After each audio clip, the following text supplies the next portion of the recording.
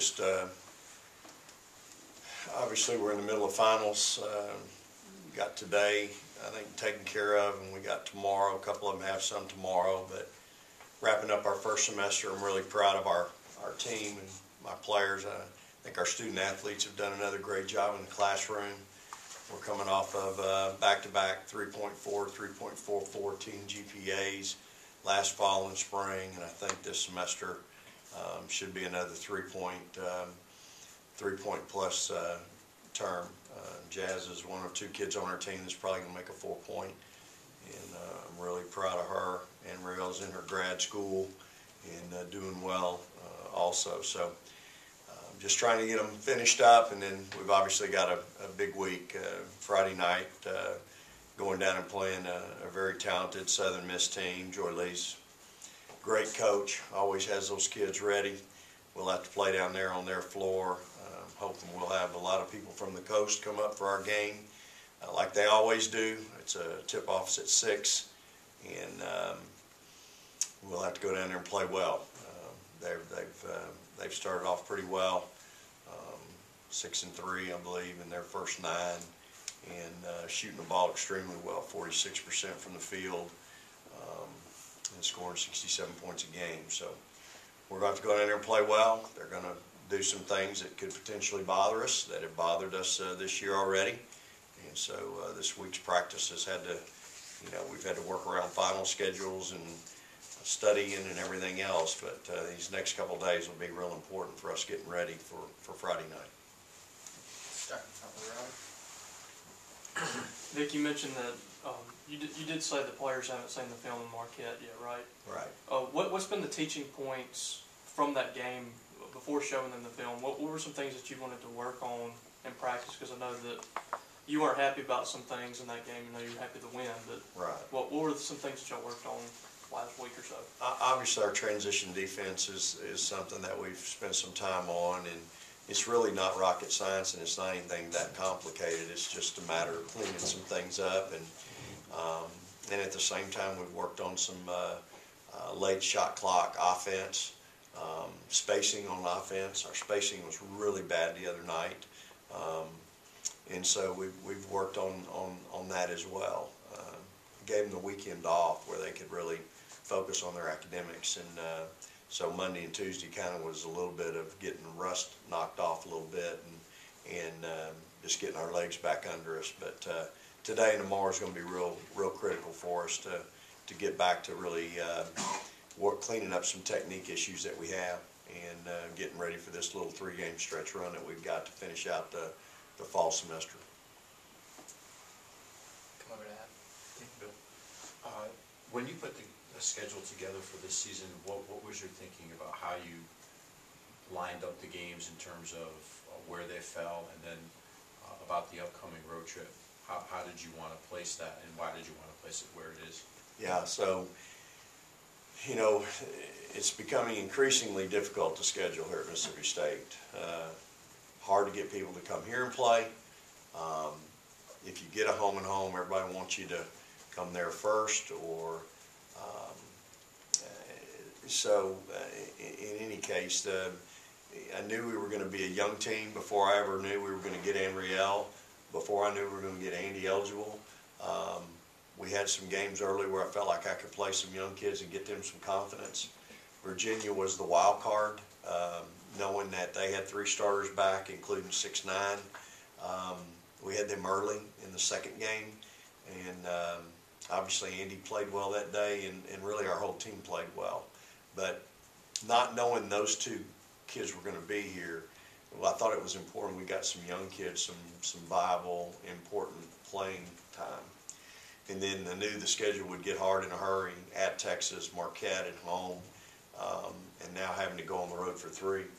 The thing about finishing on the road in pre-conference is we can send the kids home straight from the game and get them home quicker than playing here at home on whatever night, 7 o'clock. I'm not going to let them leave. Jazz is going to want to drive home as soon as the game's over. I'm not going to want her driving 4 hours to the coast. I'm sure not going to want Tierra driving 10 hours to Texas, and they'll both do it if I let them. So just being able to play on the road, we can get those kids home in a safe, timely manner. And so that's kind of how it worked out, and it's finished up that way. Obviously, finishing at Texas, Marquette at home, at Southern Miss, at Oregon, at Washington, you're wanting to get your kids' attention. Hey, this is what's coming. This is just like the SEC play. We're just getting it 3 weeks early. Let's get ready and start preparing so that when we get back from Christmas, we know what it looks like. Jazz had 13 assists, 1 turnover the other night, had a really good offensive performance. Coach wanted more on the defensive end from the guards. What did you learn from that ball game, especially with some more talented guards on the way coming up? What do you feel like you learned from what you faced in that game and the challenges you had? I know, like Coach said, SEC play is coming around, and all the guards in the SEC are pretty good. So I know I have to work on my defense and getting back in transition.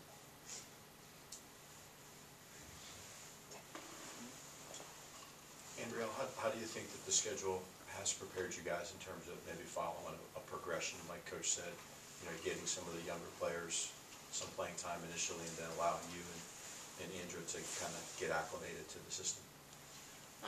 Yes, I think the games have progressively gotten a little bit harder. It's preparing us for the SEC play. I think Texas helped us a little bit, and then this last game was really good. It was very aggressive and it was fast, and that's how the SEC is. So I think that those games are helping us prepare for the SEC.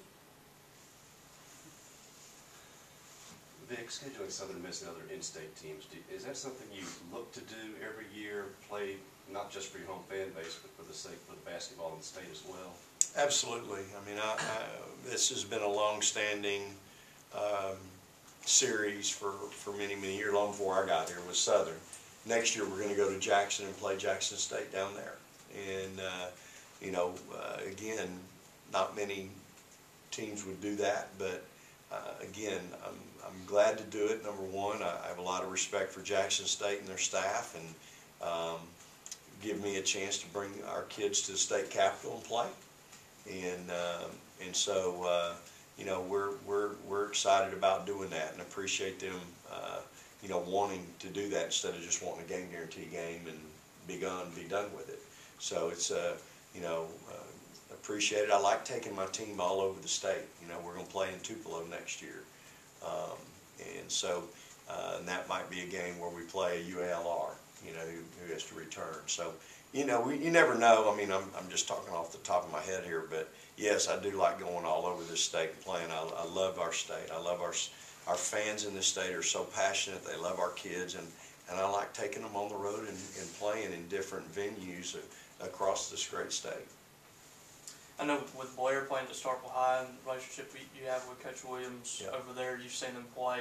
Do you remember anything about Kelsey Jones? I sure do. When she played, what was your thoughts on her as a player? Yeah, I loved her. I think if she'd have been a couple inches taller, at the 5, I think she'd have been a real viable option for us. I think she's a great 5 player for them and can be really a problem in their conference, in Conference USA. So I'm excited for her. I was excited when she got to go to school there. I love Kelsey, great kid. Holly really enjoyed coaching her, and so I'm excited for her. I'm not looking forward to playing against her because I think she's going to be really good, and she's tough. She's really a physical kid, and I loved her as a high school player, really did. If you look at the schedule and the progression, did you have a mental checklist as to what you wanted the team to be doing by certain points? And if so or if not, how do you feel that things have progressed in terms of how you configured the schedule? Adam, I'm a little bit, I don't know if confounded is the word, but I'm still trying to figure it out, this team. We averaged 93 points a game, I think, and I don't think we're that good offensively. We've shown flashes of being good defensively, like against Texas and Virginia, and then against Marquette, for whatever reason, we weren't very good. I love the fact that my guards were responsible for the victory in Austin. They had a bad night against Marquette, and Anriel and T step up and go off, you know, and really carried us that night. Jazz didn't play bad offense. She had 13 assists. I mean, that's pretty good. I don't know how many people across the country have had 13 assists this year, but she's leading the country right now in assist-to-turnover ratio. But she knows that there were some other things she could have done better. I know it. And so we go to work and you get better. But from a progression standpoint, I really felt good until we had the hiccup with Marquette. And I think now the challenge is we got to go back to work and fix it.